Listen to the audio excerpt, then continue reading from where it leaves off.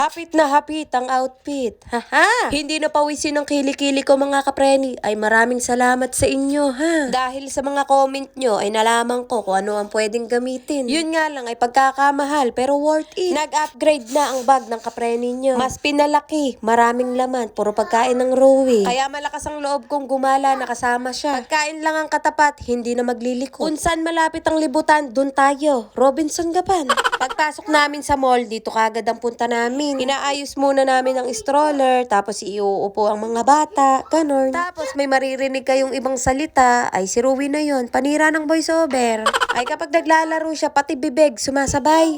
Nang hiram nga ng suklay itong kamaritisan ko, tapos maya-maya, binalik niya. Ang dumi daw ng suklay ko. Abay, linis-linis din daw pag may time. Charot! Ay, hirap lang daw siyang gamitin ng suklay. Huwag kayong napakano nyo. Yung bata, kumakain na. Obligadong may kinakain to kapreni. Kung hindi, nako, maglilikot yan, hindi na anda ng stroller eh. At yung isang kapreni ko, kumakain na din siya. Si Kuya Ken, diet yan, hindi kakain yan. Siyempre, pasulyap sa aking pagmumuka. Aba, vlogger to, dapat ako ang nakikita nyo. Charis. Eto nga pala ang mga in-order na pagkain. Kulang pa yan kay Kuya Ken. Uy, kakain yan. Sabi ko lang hindi. Idol na idol ako ng batang yan. Magkapit bahay lang kami, pero idol na idol niya ako. Ayoko sanang kumain ng rice. Ay sayang naman kung hindi ko to matitikman. Minsan lang makakain sa mamahaling. Charis! Hindi dapat pinapalampas yan. Haha! Naubos na ang kinakain ni Rowie, kaya binigyan ko muna siya bago ko kumain. Akala ko yun lang ang in-order ko. Meron pa pala. Hindi mapakali yung bata, kaya naman panonooran ko muna ng cellphone. Ayan, tuloy. Hindi ako nakapag-video habang kumakain. Sayang tuloy, hindi nyo nakita. Pagkatapos namin doon, dito naman kami. Hindi pwedeng hindi ilalaro ang mga bata. Bata yan, kailangan maglaro. Ay ano daw.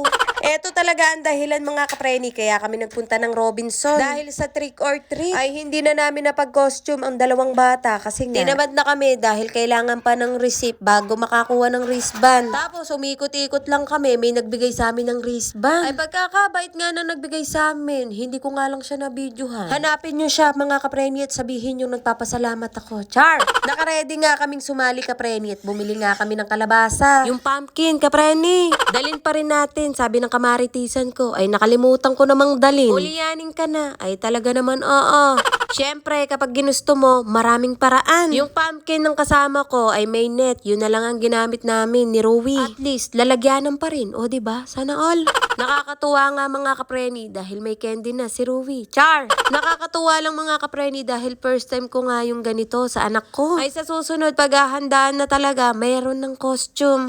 Tapos nakita namin yung kamag-anak namin na sinali nila yung mga junakis nila. Hindi pa kami nakakauwi sa bahay, ay bawas na. Tinikman na, isa-isa. Talaga naman, oo. Maya-maya nga lang mga kapreni nakatulog yan. Hindi ko na nga lang na-videohan. Pag-uwi namin sa bahay, binigyan ko si Kuya Ken. Tapos biglang humihilab ang tiyan ng bata. O diba? Naparami ng kain ng marshmallow. Ayan. O siya, maraming salamat sa mga nanood. Bye mga kapreni.